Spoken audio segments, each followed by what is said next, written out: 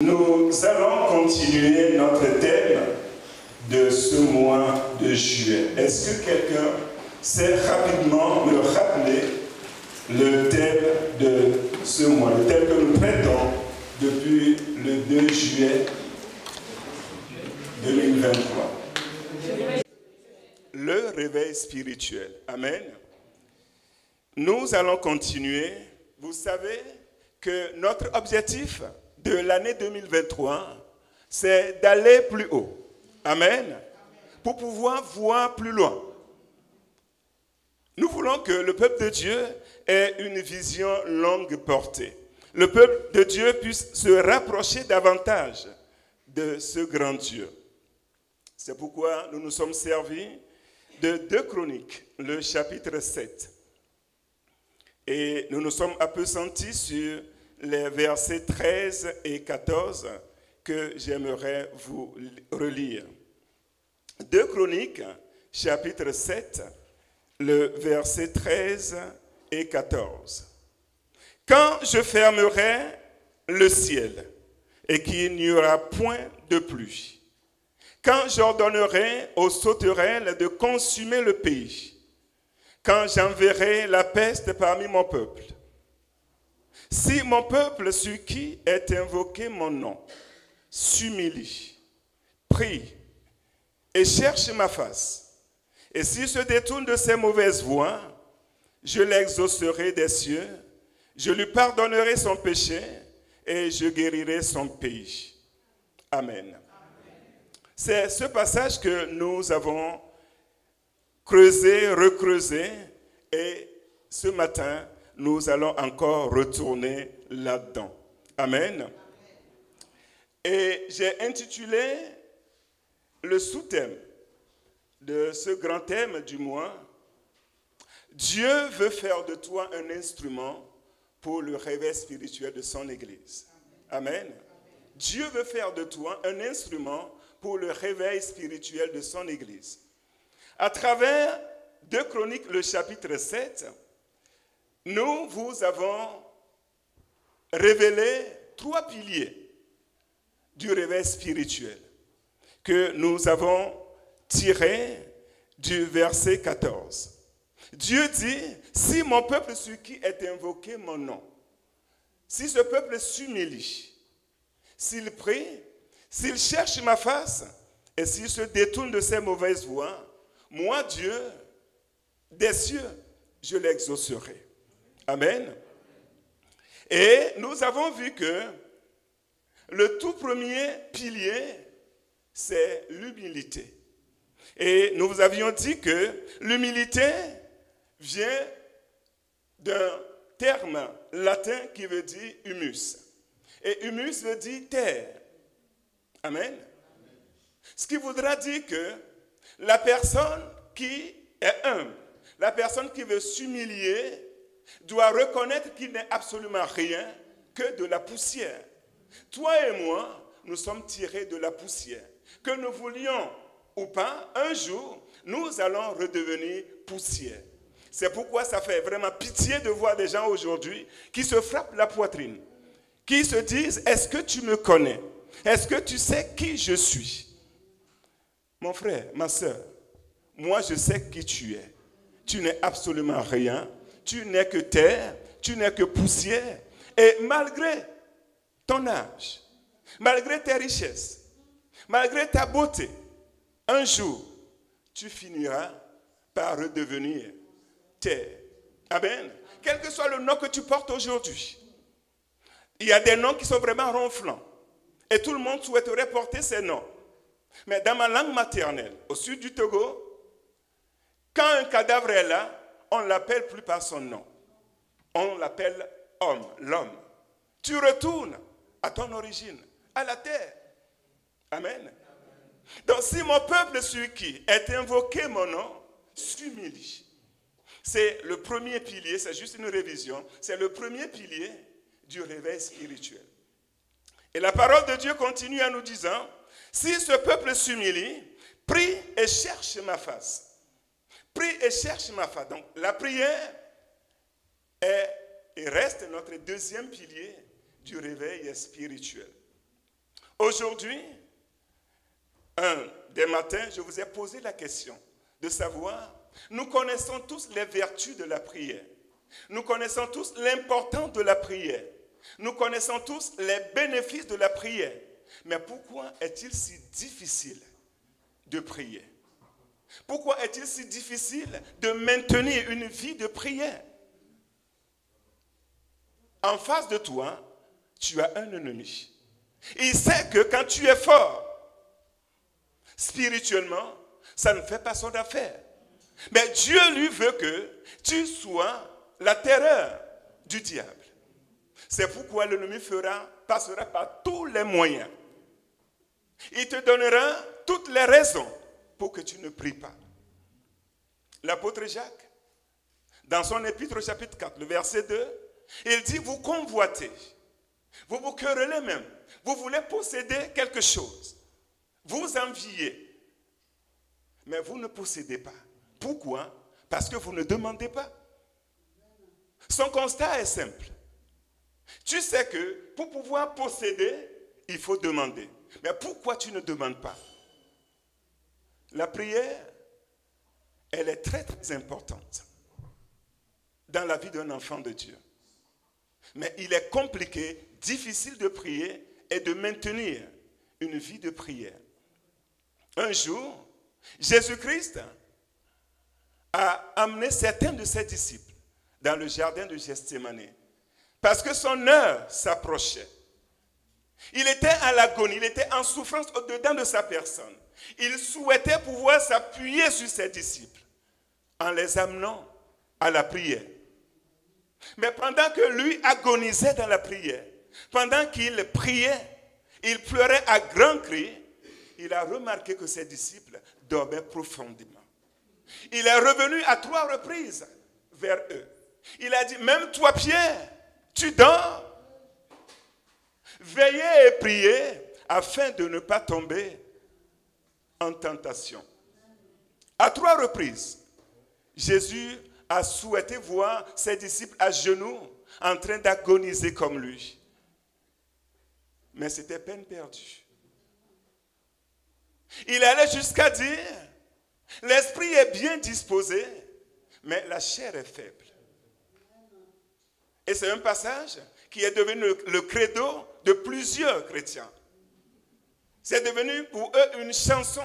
Même Jésus a dit, l'esprit est bien disposé, mais la chair est faible. Mais celui-là qui chante cette chanson, qui a du mal à aligner 2 mots dans la prière, remets-lui une télécommande. Remets-lui un écran de téléphone. Ben, une tablette entre ses mains. Il va passer toute sa nuit devant l'écran. Vous savez que la prière est beaucoup crainte par le diable. C'est pourquoi il préfère te la remplacer par une télécommande. Il préfère te mettre sur les réseaux sociaux pour te distraire. Comme ça, lui, il est tranquille pour détruire ta vie. Tranquille pour détruire ta famille. Tranquille pour détruire la vie de tes enfants. Et nous nous plaisons là-dedans. À l'endroit de la jeunesse, s'il vous plaît, cette église a besoin de relève. L'église de Dieu a besoin d'hommes et de femmes capables de soutenir ce ministère. Mais quand vous vous laissez enfermer dans les réseaux sociaux, au moment venu, spirituellement, vous vous ferez déjà vider de toute votre énergie. L'énergie spirituelle que vous aurez besoin pour pousser l'œuvre de Dieu, vous l'aurez laissée sur les réseaux sociaux. Il y a un jeune homme, c'est une histoire banale comme ça que j'ai lue, qui est venu arnaquer sa grand-mère au village en lui disant, à l'école, mes profs m'ont dit que si je n'achète pas WhatsApp, je ne réussirai pas mon année. La maman était la grand-mère était tranquille matin de faire sa cuisine. À un moment donné, bon, elle a levé la tête, elle a vu son petit enfant, il lui dit, mais il ne t'a pas demandé d'acheter aussi TikTok et et Instagram. Donc c'est pour dire que même dans les fins fonds des villes, des campagnes, le diable est en train d'étendre son réseau. Le jeune homme était étonné parce que dans sa tête, la grand-mère n'aurait jamais entendu parler de WhatsApp. Il est venu tranquillement l'arnaquer. Mais c'est la grand-mère qui lui sort maintenant des TikTok, des Instagram et le reste. L'ennemi est en train, activement, pendant que toi et moi nous dormons. C'est comme ça que le diable opère. En pleine nuit, il sème l'ivraie parmi le blé. Il sème tout ce qui est pourri. Et même sur ses réseaux sociaux, il vous fait manger de n'importe quoi. De n'importe quoi. Peuple de Dieu, veillons et prions. Amen. Veillons et prions. Si nous ne faisons pas ça, nous serons malheureusement surpris quand les tempêtes vont se lever. Quand les moments difficiles vont arriver, nous allons appeler notre secours, mais il ne sera pas au rendez-vous. Donc ce deuxième pilier du réveil spirituel est très très important. Amen. Le troisième pilier, c'est la repentance et le pardon des péchés. Il dit, et s'il se détourne de ses mauvaises voies, notre Dieu, malgré nos fautes, malgré nos péchés, il garde son amour pour toi et pour moi. Parce que c'est un amour qui est éternel. Il a les bras ouverts, il dit, si mon peuple, sur qui est invoqué mon nom. Vous savez, avant toute situation de réveil spirituel, il y a un moment d'égarement du peuple de Dieu. C'est un réveil précédé toujours d'un moment où le peuple vit loin de Dieu, dans les ténèbres.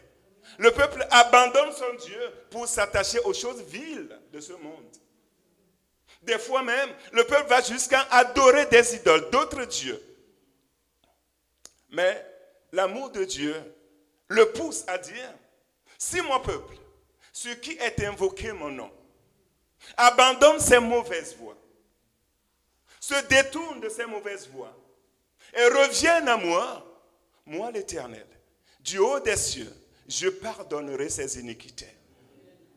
Si nous lui confessons nos péchés, notre Dieu est juste et fidèle pour nous les pardonner et nous purifier de toute iniquité.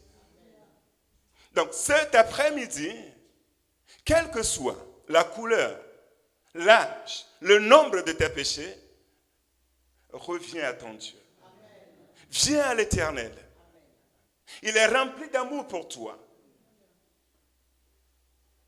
Le livre des Proverbes nous dit, chapitre 23, 28, le verset 13, que celui-là qui cache ses iniquités ne va jamais prospérer. Mais celui qui les avoue et les délaisse obtient miséricorde.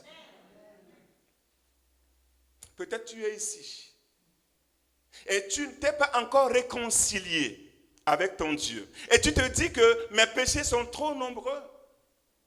J'ai commis un crime. Bien-aimé, le sang de Jésus est plus fort que le poids de ton péché. Le sang de Jésus a plus de puissance que le pouvoir de ton péché. Cet après-midi, Dieu te dit juste une seule chose. Mon fils, détourne-toi de tes mauvaises voies. Tourne-toi vers moi. Moi, je suis miséricordieux. Je suis prêt à te les pardonner. Nous avions utilisé un matin le psaume 51. Je vais rapidement retourner sur ce psaume avant qu'on ne continue. Ô Dieu, aie pitié de moi dans ta bonté, selon ta grande miséricorde. Efface mes transgressions, lave-moi complètement de mon iniquité et purifie-moi de mon péché, car je reconnais mes transgressions et mon péché est constamment devant moi. J'ai péché contre toi seul et j'ai fait ce qui est mal à tes yeux, en sorte que tu seras juste dans ta sentence, sans reproche dans ton jugement. Verset 11. Détourne ton regard de mes péchés, efface toutes mes iniquités. Ô Dieu, crée en moi un cœur pur. Renouvelle en moi un esprit bien disposé. Ne me rejette pas loin de ta face. Ne me retire pas ton Saint-Esprit. Rends-moi la joie de ton salut et qu'un esprit de bonne volonté me soutienne. J'enseignerai tes voies à ceux qui les transgressent. Amen. C'est le roi David qui a commis une faute grave. Je dirais même une série de fautes. D'abord, c'était une période où tous les rois se mettaient en campagne. Mais ce roi a envoyé ses généraux à la guerre et lui, il est resté à la maison. L'oisiveté, la paresse, la négligence. Le roi David est resté chez lui à la maison. Et parce qu'il s'ennuyait, le diable lui a trouvé du travail. Du haut de sa maison, il a convoité une femme et ça s'est terminé par un adultère. Et de là, il voulait cacher son péché. Et de l'adultère, il est passé au meurtre. Et là, Dieu l'a confondu en lui envoyant un prophète, le prophète Nathan. Et quand il est revenu à lui-même, il a reconnu qu'il a péché contre son Dieu. Il a déchiré son habit royal, il s'est couvert de sacs et de cendres. Il est allé dans la présence de son Dieu. Il a dit, Dieu, j'ai péché contre toi seul.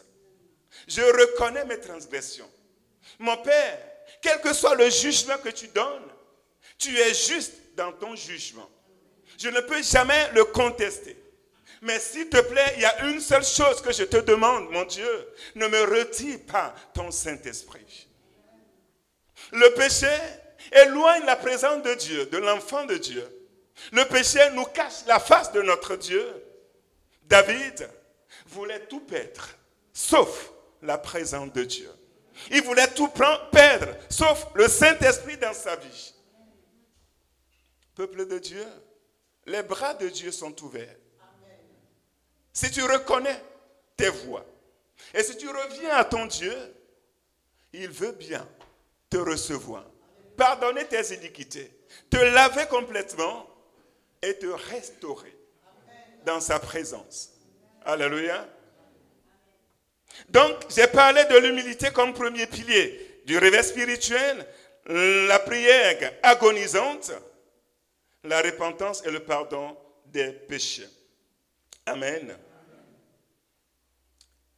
Nous allons ajouter un quatrième pilier. Et ce quatrième pilier, c'est le sous-thème que j'ai déjà énoncé.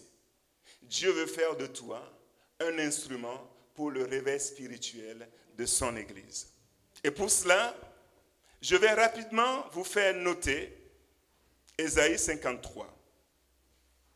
Ésaïe 53, je vais rapidement vous lire les versets 15 et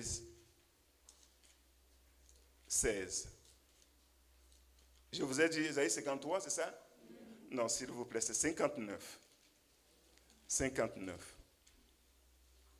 Ésaïe 59, je vous lis les versets 15 et 16. La vérité a disparu, et celui qui s'éloigne du mal est dépouillé. L'Éternel voit d'un regard indigné qu'il n'y a plus de droiture. Il voit qu'il n'y a pas un homme. Il s'étonne de ce que personne n'intercède. Alors, son bras lui vint en aide. Amen.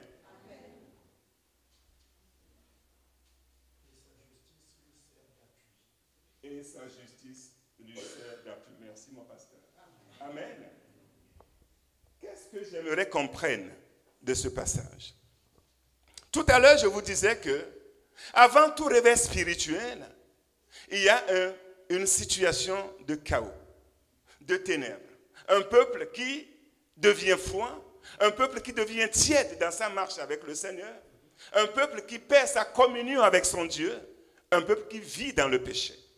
Et c'est la même situation que le prophète Ésaïe est en train de décrire dans son livre au chapitre 59. Mais le verset 16 doit nous interpeller. Dieu dit, il regarde tout ce qui se passe sur la terre. Mais ce qui l'étonne le plus, c'est qu'il n'y a personne pour intercéder. Il n'y a personne pour plier genoux et dire, Dieu, regarde ton peuple. Ça étonne Dieu. Amen. Ça étonne Dieu. Le réveil spirituel n'est pas un mouvement spontané de groupe. Quand nous regardons les exemples de réveil qu'il y a eu dans le monde, dans la parole de Dieu, Dieu a toujours besoin d'un homme. Amen. Dieu a toujours besoin d'un petit reste qui pleure en secret. Un petit reste qui est là en train d'agoniser dans son cœur.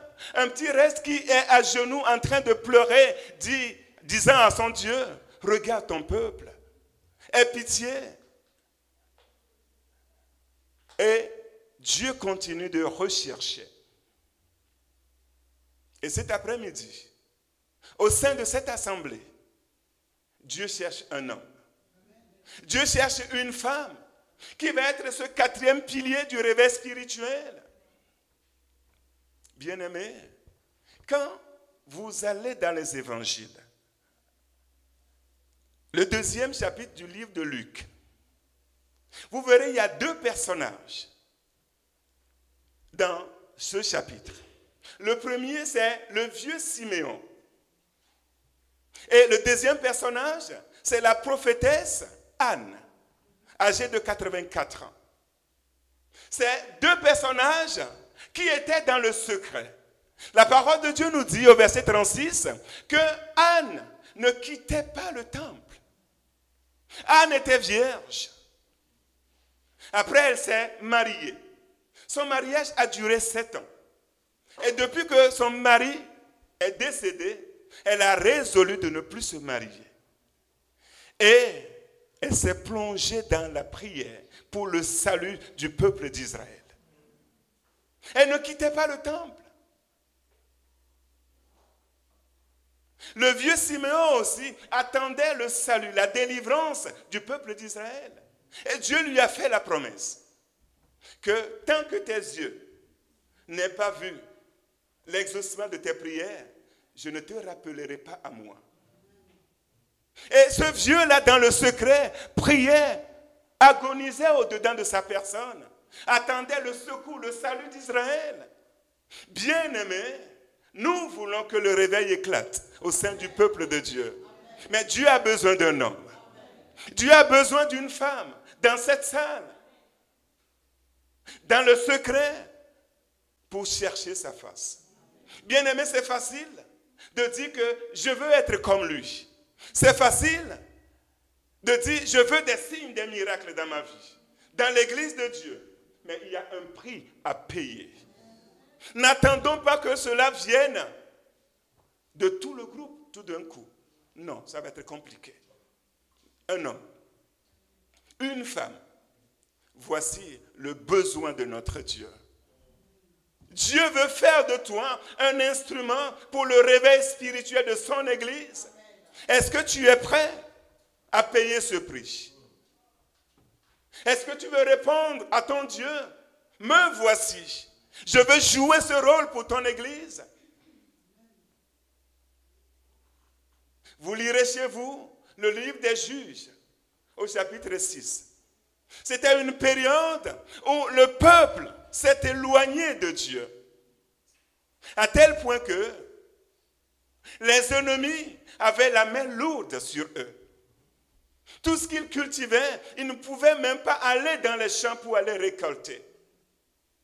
Il y avait à manger dans les champs, mais le peuple était enterré chez eux. Tout était fermé. Ils ont même creusé des tranchées et se sont réfugiés là-dedans.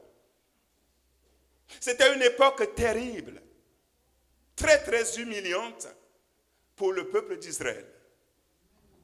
Mais il y avait un jeune homme appelé Gédéon. Il était au pressoir, le cœur lourd, les larmes aux yeux. Gédéon se disait, nos grands-parents, nos papas nous ont toujours raconté les merveilles de Dieu. Où sont ces merveilles? Dans la rue tout seul, solitaire, il cherchait la face de son Dieu. Et Dieu envoya un ange vers lui. Et l'ange lui dit, l'ange l'a interpellé, l'appelant vaillant héros. Il ajouta, l'Éternel est avec toi. Et cette phrase a fait un déclic dans sa tête. Il dit, ah mon Seigneur, si l'Éternel est avec nous, pourquoi toutes ces misères? Si tu es réellement dans ton peuple, pourquoi tout ce que nous vivons? Amen. Donc il voyait qu'il y avait un contraste, une contradiction. On me parle d'un Dieu grand, d'un Dieu puissant, qui a délivré son peuple d'Égypte, qui a fait de grandes choses en la faisant traverser la mer Rouge. Mais je suis un jeune homme, je n'ai pas assisté à tout ça.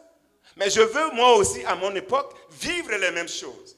Mais pourquoi je ne vois que le contraire de ce que mes parents m'ont raconté?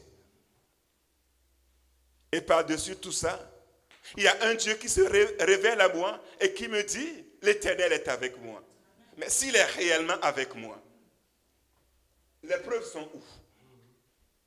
Peuple de Dieu, est-ce que tu es satisfait de ta relation avec le Père?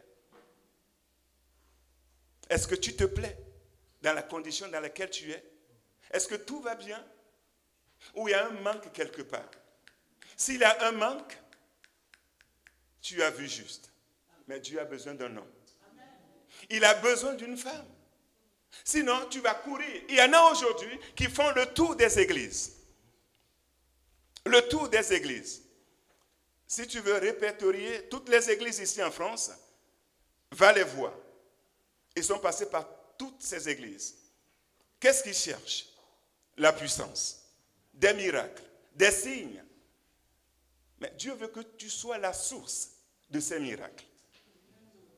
Normalement, un enfant de Dieu qui est spirituellement équipé, les miracles doivent nous suivre. Mais aujourd'hui, c'est nous qui suivons les miracles. On est là, WhatsApp, Instagram, TikTok, quoi d'autre? Snapchat. Quoi d'autre? Netflix. On regarde, on enchaîne des séries à longueur de nuit, à longueur de journée. On zappe. À côté de ça, on veut des miracles. On veut des signes. Ça viendra d'où? Non. Dieu s'étonne que personne n'intercède. C'est ce qui étonne ton Dieu. Ton Dieu est étonné que tout le monde est comme ça, personne n'intercède. Aujourd'hui, Dieu a besoin d'un homme. Ton Dieu a besoin d'une femme. Une femme prête à aller à genoux, prête à pleurer dans le secret, prête à agoniser sur le sort du peuple de Dieu. Et ce n'est que comme ça que la gloire de Dieu va éclater au milieu de son peuple. Amen. Donc le réveil spirituel n'est pas un mouvement spontané, venu de nulle part, mais c'est une réponse à l'expression d'une soif ou d'une faim spirituelle profonde d'un enfant de Dieu. Amen.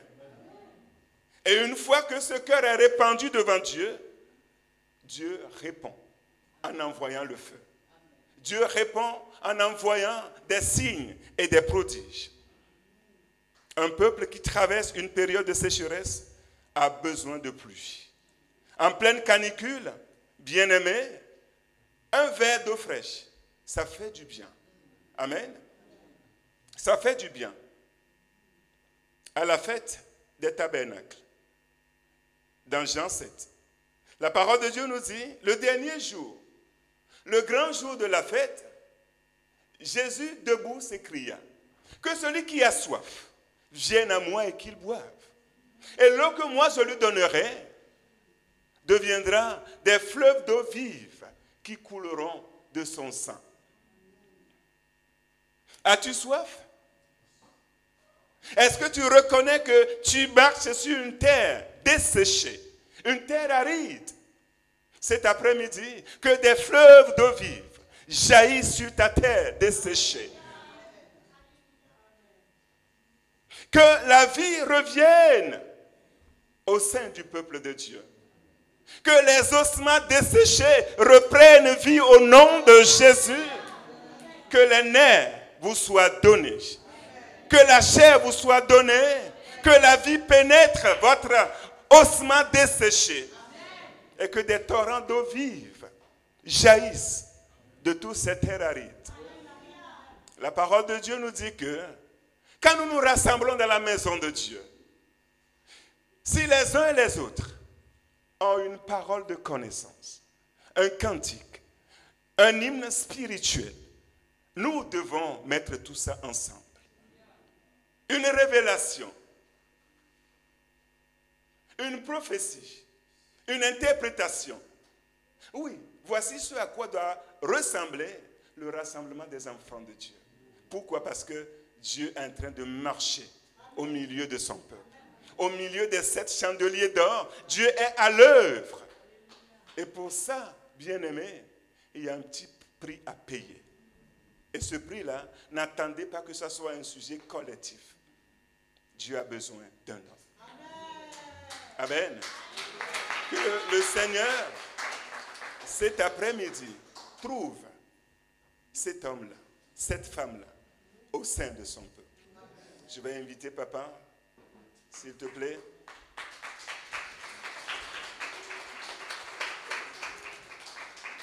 À venir m'aider. Nous allons prier avec le peuple de Dieu. Amen. Eh bien, nous